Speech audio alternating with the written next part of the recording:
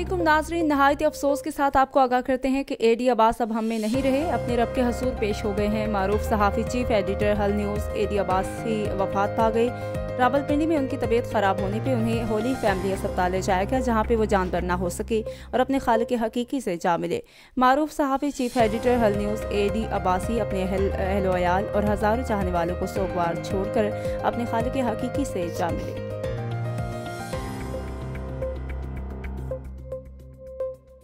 मारूफ सहाफ़ी chief editor हल news AD Abbas की वफात पा गई।